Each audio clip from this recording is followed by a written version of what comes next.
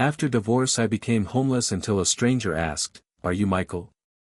You just inherited $47M." The dumpster behind Romano's Italian kitchen had become my favorite spot. Not because the food was better than other places, but because they threw out their bread at exactly 9:30 every morning, sometimes still warm and wrapped in plastic that kept it clean. I was 43 years old, a licensed veterinarian with 16 years of experience, and I was timing my life around garbage schedules. That October morning started with frost on my sleeping bag and hunger sharp enough to make me dizzy. The thin coat I'd found 2 weeks earlier behind a Goodwill donation bin wasn't enough anymore. Winter was coming, and I knew what that meant for people like me. Some wouldn't make it to spring. I had just pulled out a half-eaten lasagna, still in its takeout container, when I heard footsteps on the wet pavement. Clean, expensive shoes, judging by the sound, a purposeful click, not the shuffle of a security guard or the aggressive stomp of someone about to tell me to move along. Michael Thompson. The voice was professional, careful. Michael James Thompson. I turned around slowly, the lasagna container still clutched in my hands. The man standing there looked like he'd stepped straight out of a law firm commercial. A navy suit that probably cost more than I used to make in a month, a silver tie, and a leather briefcase that gleamed even in the gray morning light. His silver hair was perfectly styled despite the wind. "Who's asking?" My voice came out rougher than I intended. 3 months on the streets changes how you sound, how you stand, how you meet someone's eyes. My name is Harold Blackstone. I'm an estate attorney from New York. He reached into his coat and I tensed, until I saw him pull out a photograph. "Is this you?" "Taken in 2018. The photo showed me in my white veterinary coat, standing in front of my clinic, smiling like I owned the world. Back when I had a home, a practice, a wife who I thought loved me, and a daughter who still returned my calls. "How did you get that?" "Your great-uncle, Rudolph Hartley, passed away last month in Manhattan. You've been named in his will." I actually laughed. It came out harsh and bitter. "Uncle Rudolph?"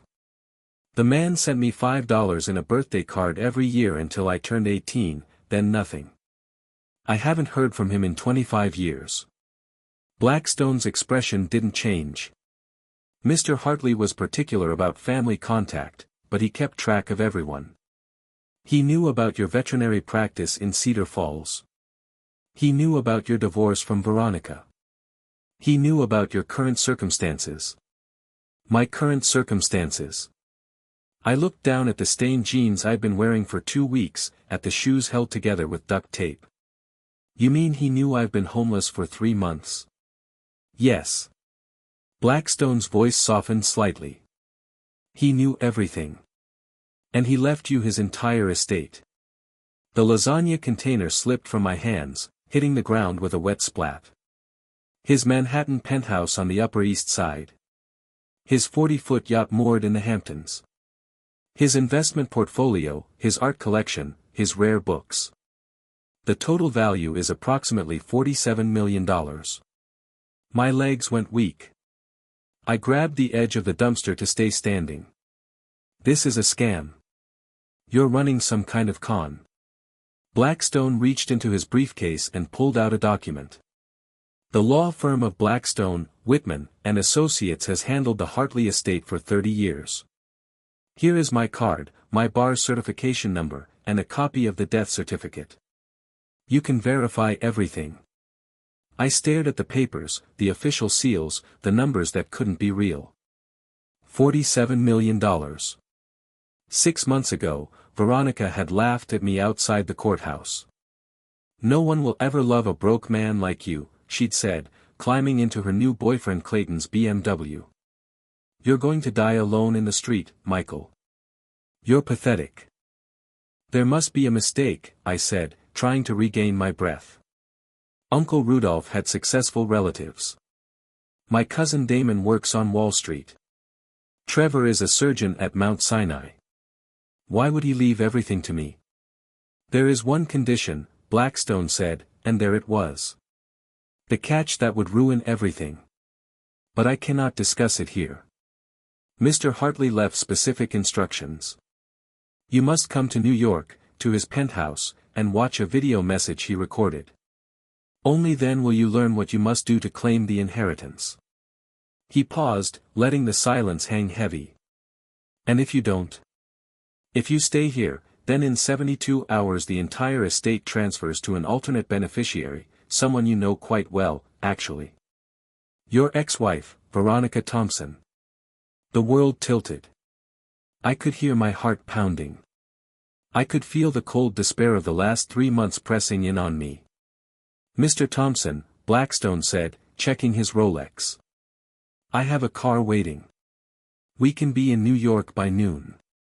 You'll have a chance to shower, change clothes, eat a proper meal. Whatever your decision about the inheritance, at least give yourself that. I looked at the dumpster that had become my breakfast spot. At the alley where I'd learned to sleep with one eye open. Give me 5 minutes, I said. I need to tell someone I'm leaving. As I walked to find Jeremiah, the Vietnam vet who taught me which shelters were safe, I couldn't shake the feeling that Uncle Rudolph had been planning this for a very long time. The uncle I barely remembered had apparently been watching my entire life, waiting for me to fall far enough to understand whatever lesson he'd planned. The man in the $1,000 suit was still standing by the dumpster when I returned, looking as out of place in that alley as Hope in a homeless shelter. But he was real. The papers were real. And somewhere in New York City, my dead uncle had left me either a fortune or one last cruel joke. Either way, it had to be better than digging through dumpsters while my ex-wife told everyone I was already dead. 18 months ago, I had everything a small-town veterinarian could want. My clinic on Maple Street in Cedar Falls, Ohio, Thompson Veterinary Care, was my kingdom. I knew every inch of those examination rooms. The morning my life started unraveling began like any other. I was examining Mrs. Patterson's ancient tabby cat when Veronica called. We need to talk tonight, she said, her voice carrying that sharp edge I'd been hearing more often. And don't say you're working late again. Veronica and I had been married 15 years. Somewhere along the way, her admiration for a man who cared about helpless creatures had turned to resentment. Why can't you be more ambitious? She'd started asking. Look at Nadine's husband, Robert. He just made partner at his firm. They're vacationing in Cabo next month. Comparing our life to theirs had become Veronica's favorite pastime. I tried to explain that I was happy with my practice, that we had a good life, and that my work mattered. Mrs. Chen's golden retriever is alive because of the surgery I performed last week, I'd tell her. Doesn't that count for something? It doesn't pay for a vacation home, she'd reply. The night she asked for a divorce, I found her in our bedroom packing a suitcase. I've been seeing Clayton Mortgage, she announced, as casually as if she were telling me she'd changed grocery stores. He's an executive at Farm Tech Industries. He actually has ambition. The divorce was brutal. Veronica's lawyer argued that she'd sacrificed her career to support my modest ambitions. Never mind that she'd quit 3 different jobs in 10 years. The judge awarded her the house, half the clinic's value, and monthly alimony that crushed what was left of my business. My mother, Dorothy, tried to help. She was 71, living on Social Security, but she offered me her savings, all $8,000 of it. Your father would want me to help, she insisted. I took it, promising to pay her back, knowing I probably never could. My younger brother, Dennis, who managed a chain of hardware stores, went quiet when I called to ask for a loan. Mike, I've got my own family to think about, he said. Maybe this is a sign you should try something else. Veronica always said you could have done better. Even Dennis had taken her side. The clinic couldn't survive the financial hemorrhaging. I had to let go of Jennifer, my assistant, then Marcus, my receptionist. Finally, I was doing everything myself, working 16-hour days, sleeping in the back office. The last animal I treated was a stray dog, hit by a car.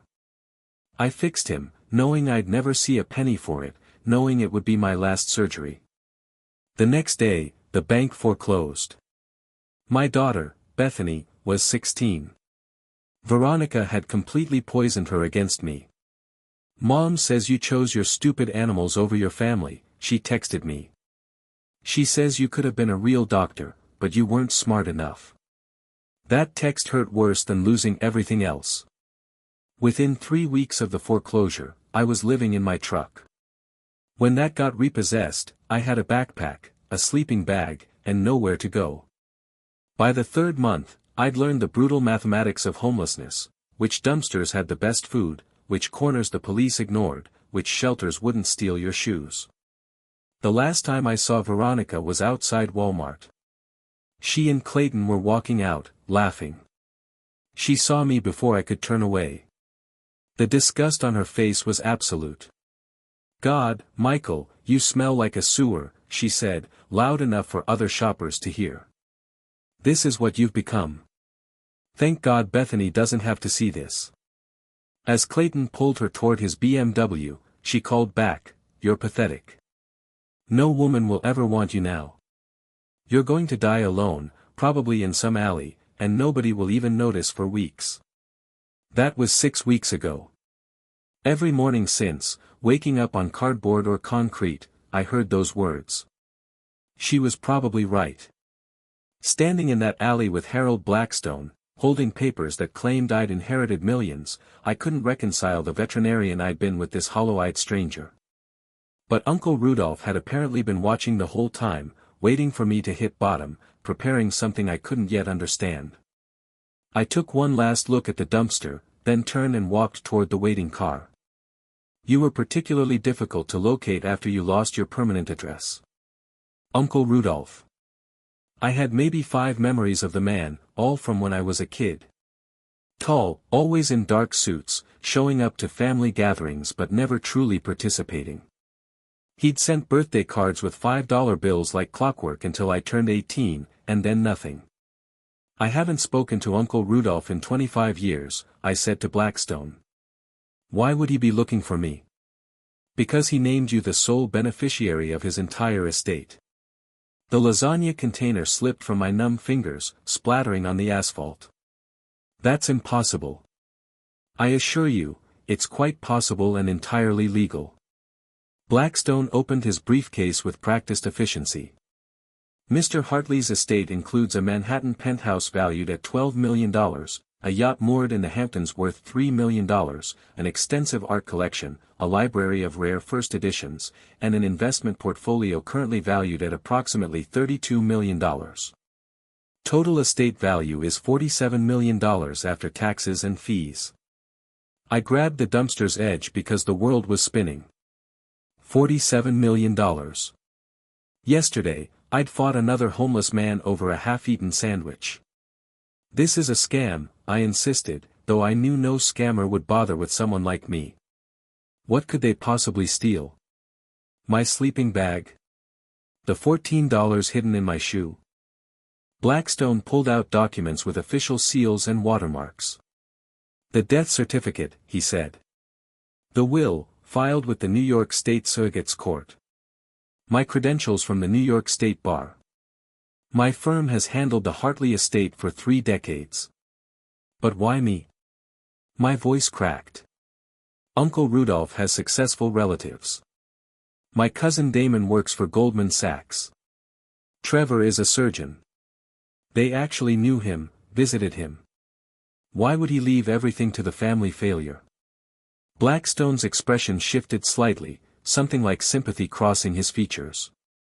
"There is a condition attached to the inheritance. Mr. Hartley left specific instructions that cannot be discussed here. You must come to New York to his penthouse and watch a video message he recorded before his death. Only then will you learn what's required to claim the estate." Of course, there was a catch. There was always a catch. What kind of condition? "I am legally prohibited from discussing it outside of the residence," he said, glancing at his Rolex. "However, I can tell you that you have 72 hours to hear the terms. If you refuse or fail to appear, the entire estate transfers to an alternate beneficiary." "Who?" "Your ex-wife, Veronica Thompson." I actually staggered. Veronica. The woman who'd laughed at my destruction, who told me I'd die unloved in the street. The thought of her getting Uncle Rudolph's millions made me physically sick. Mr. Hartley was very thorough in his research, Blackstone continued. He knew about your divorce, about Miss Thompson's current relationship with Clayton Mortgage, and about her recent financial difficulties since Mr. Mortgage left her 3 months ago for his secretary. Clayton had left Veronica. The petty part of me, the part that surviving on the streets hadn't killed, felt a spark of satisfaction. The private jet is waiting at the regional airport, Blackstone said. We can be in New York by noon. There's a shower facility at the airport lounge. Fresh clothes waiting. Whatever you decide about the inheritance, Mr. Thompson, at least give yourself a comfortable meal and a night in a proper bed. I looked at the dumpster, the cardboard I'd sleep on tonight if I stayed. Jeremiah's shopping cart fluttered in the distance. This was my life now, but it didn't have to stay that way. What could the condition possibly be? I wondered aloud.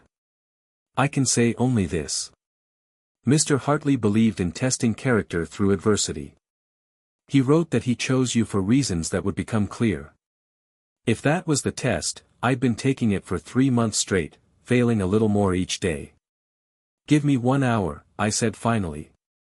I need to say goodbye to someone, and I need to think. Of course. Blackstone handed me a business card, heavy stock that felt alien in my calloused hands. The car will be waiting at the corner of 5th and Main. I found Jeremiah behind the old Texaco station, sorting aluminum cans into his shopping cart with military precision. Jeremiah, I called out. Mission Mike, you find breakfast? Romano's usually good on Tuesdays. Listen, brother, something's happened. I pulled out Blackstone's card. A lawyer just found me. Says my uncle died and left me money. A lot of money. If this is real, I might not be coming back. Jeremiah set down his cans and looked at me, really looked at me. He'd taught me everything about surviving the streets. He'd saved my life more than once. You remember what I told you your first week out here? He asked. Every door that closes, another one's waiting to open. You just got to live long enough to find it. That's right. He reached into his cart and pulled out something wrapped in plastic, an old, clean watch with actual hands. He handed it to me. Found this last week. Was saving it to trade, but you'll need it more than me. Rich people care about time. The gesture broke something in me. This man who had nothing was giving me one of his few valuable possessions. Jeremiah, I can't take this. You can and you will. His voice went stern. And if this thing is real, don't you forget us out here. Don't become one of those people who crosses the street to avoid looking at what they used to be. If this works out, I'll come back for you. I promise. Don't make promises you can't keep, Michigan. Just remember, we're human. That's all any of us want, to be seen as human. The ride to the airport was surreal. The leather seats, the heat, the quiet, it was a world I had forgotten existed. At the private terminal, Blackstone led me to a lounge. The shower facilities are through there, he said. I took the liberty of having clothes delivered. The shower was transcendent. Hot water that didn't run out. Soap that smelled like cedar. I stood under the stream for 20 minutes, watching 3 months of street life swirl down the drain. The new clothes, dark jeans, a button-down shirt, a navy blazer, fit perfectly. Looking in the mirror, I could almost see the man I used to be, if I ignored the hollowed cheeks and the way my eyes had gone flat. On the private jet, I ate real turkey and Swiss on lettuce that actually crunched. Tell me about Uncle Rudolph, I said, as we climbed above the clouds. The real him. Rudolph Hartley was brilliant, eccentric, and completely alone by choice. He built his fortune dealing in rare books and art, but his real talent was reading people. He could look at a painting and spot a forgery instantly, but more than that, he could look at the seller and know their entire story. Yet, he chose to leave everything to a nephew he hadn't seen in decades. He kept files on every family member, Blackstone said. He tracked your cousin Damon, the investment banker, every SEC filing. Your cousin Trevor's surgical career, every patient review. And you. He had investigators sending reports monthly. Your veterinary practice, your marriage, your collapse. He watched me become homeless and did nothing. He was dying of pancreatic cancer. By the time you lost everything, he had weeks to live. But yes, he watched. He said, suffering reveals character in ways success never can. As New York's famous skyline approached, I thought about Veronica. If I failed this test, she would get the money. Mr. Blackstone, what kind of man puts conditions on saving his own family? The kind who believes salvation shouldn't be free, he replied. Mr. Hartley often said that unearned money destroyed more lives than poverty ever did. The penthouse occupied the entire top floor of a building overlooking Central Park. I stepped out of the private elevator into a world of floor-to-ceiling windows and stunning art. Blackstone led me into the study, dominated by a massive mahogany desk. He gestured to a leather chair in front of a wall-mounted screen. The video message will play once. I'll be in the next room when you're finished. He pressed a remote, and the screen flickered to life. Uncle Rudolph appeared. He looked ravaged by illness, but his eyes were sharp and alive. Hello, Michael, his voice was strong. If you're watching this, then Harold found you living on the streets, probably behind some restaurant. I know this because I've been watching you for years. But you, Michael, you were the one I was waiting for. He leaned forward. The condition for your inheritance is this: within 5 years, you must help at least 100 people escape homelessness. Real, documented help.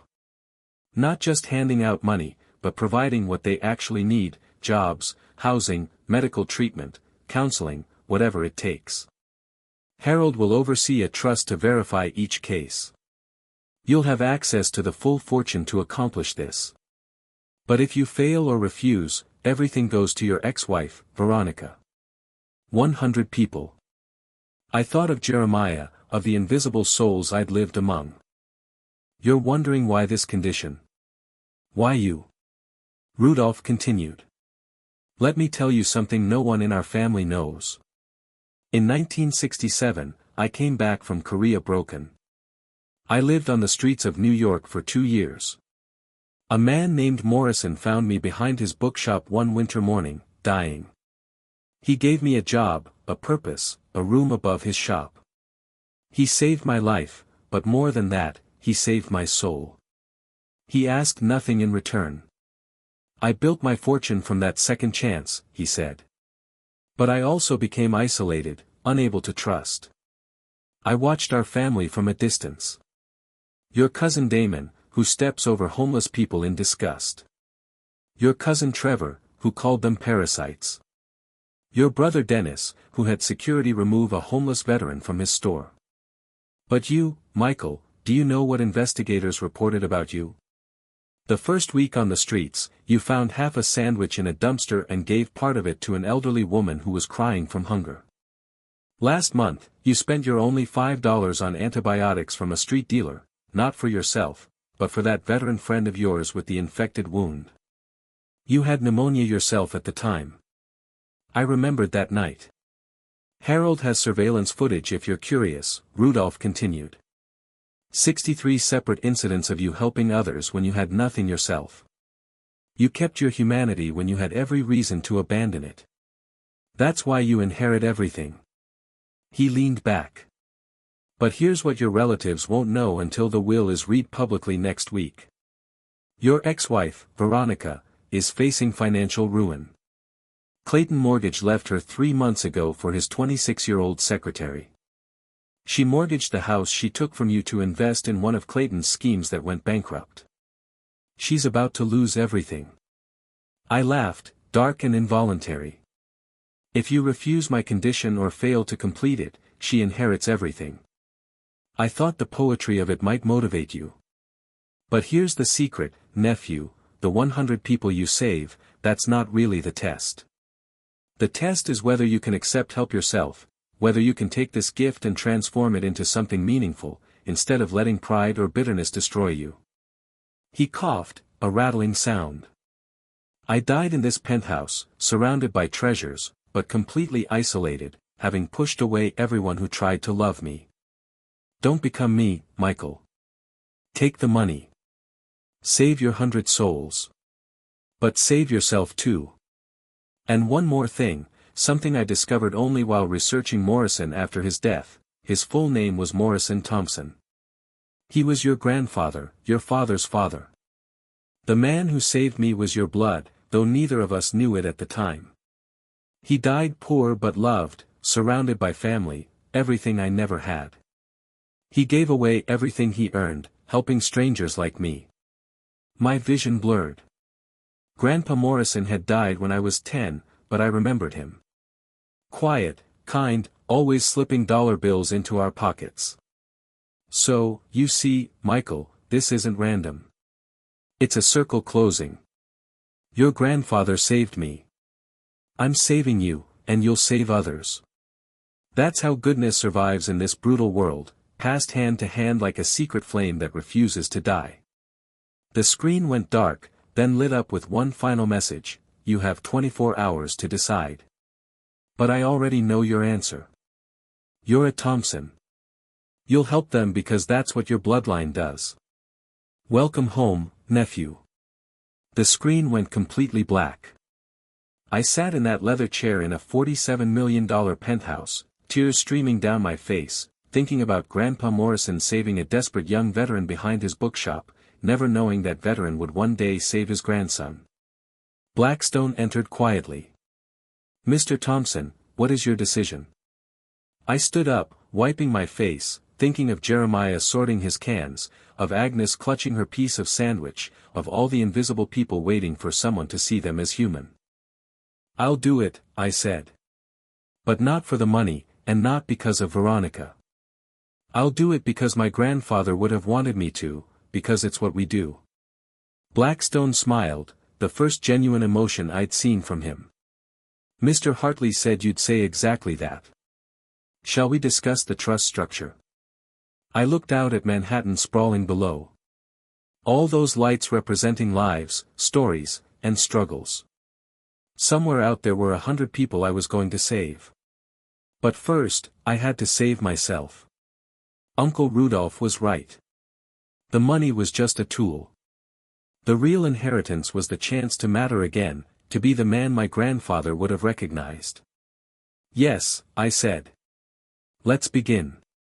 I stood at those towering windows for a long time, looking down at the city lights. 24 hours ago, I'd been digging through garbage. Now, I owned this penthouse and had $47 million to change lives. The first person I called was Jeremiah.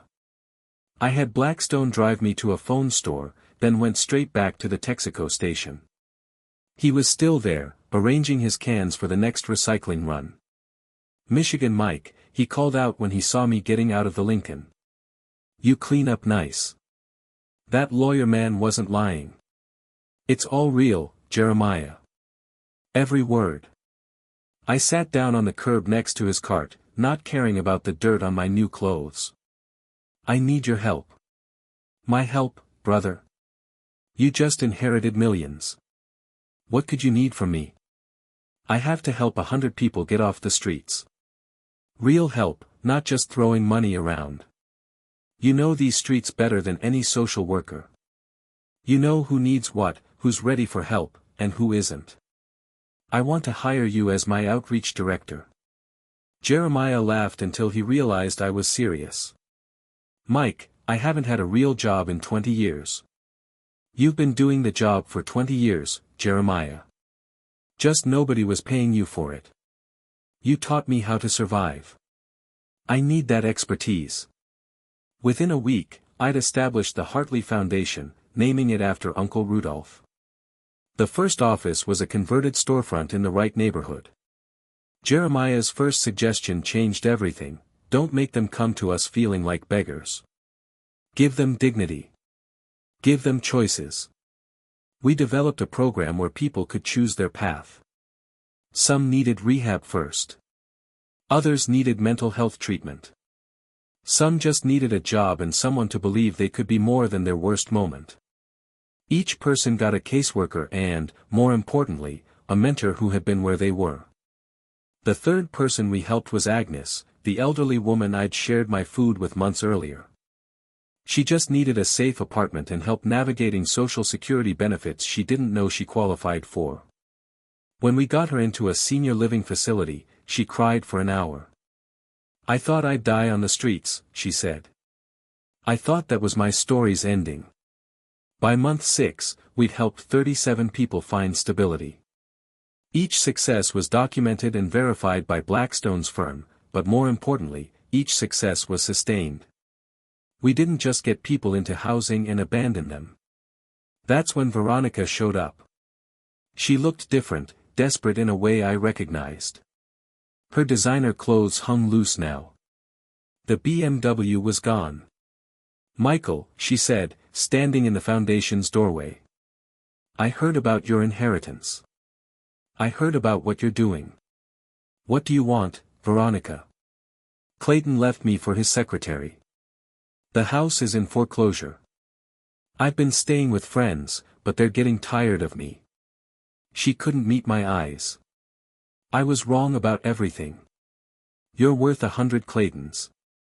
You always were." I looked at the woman who had ruined me. The old me would have felt satisfying revenge. The street me would have been cruel.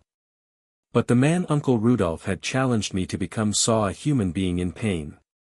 "I can't be with you again, Veronica. That bridge is burned beyond repair." "I know," she said.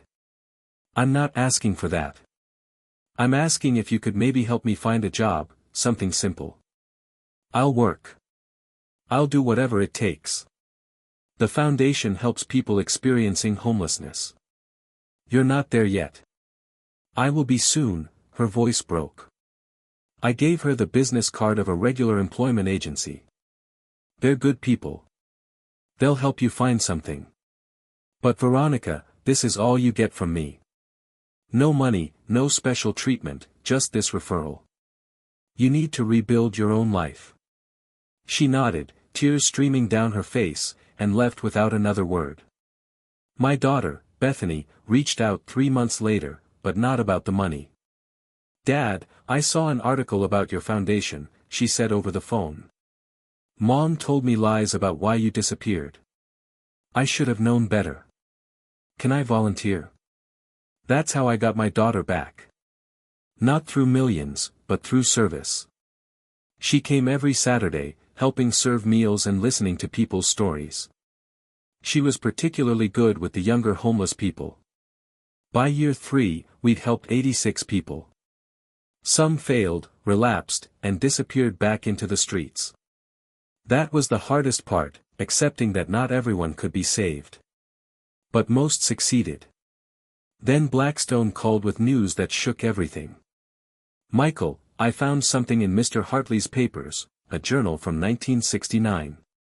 The entry, dated December 15, 1969, read, 'The man who saved me finally told me his full name today. Morrison Thompson. He's been like a father to me these past 2 years.'" Blackstone flipped the pages. Morrison's own journal entry from the same day read, "Told young Rudolph my name today. Don't think he realizes I know who he is. Dorothy's brother, who went missing after the war. Family thinks he's dead. Won't betray his trust by telling them, but I'm glad I could help Dorothy's blood. Good boy, just lost. He'll find his way. My grandfather had known all along. He'd saved his sister-in-law's brother, never telling anyone, never taking credit. The secret created ripples across decades, ending with Uncle Rudolph saving me. The real inheritance wasn't money, it was proof that kindness creates circles, that helping others comes back in ways we never see." By year 5, I'd helped 103 people escape homelessness. The foundation had grown. Jeremiah had become a respected expert in outreach. Bethany was studying social work in college, planning to continue the mission. The best moment came when I found an old photo in Uncle Rudolph's desk, a picture from my grandfather's funeral. In the back, standing alone, was a younger Uncle Rudolph. He'd come to say goodbye to the man who saved him. On the back, in Rudolph's handwriting, Morrison Thompson, 1910 to 1985. You saved me without asking for anything. I'll pay it forward. I promise. And he had, through me. The money had been the tool, but the real gift was understanding that we're all connected, that kindness travels through time. That today's homeless person might be tomorrow's savior. I finally understood what Uncle Rudolph meant about accepting help. It wasn't weakness to take someone's hand. It was the first link in a chain that would eventually pull someone else to safety. The fortune wasn't my ending. It was my beginning. If you like this story, please like this video, subscribe to the channel, and share your impressions of this story in the comments. To listen to the next story, click on the box on the left. Thank you for watching.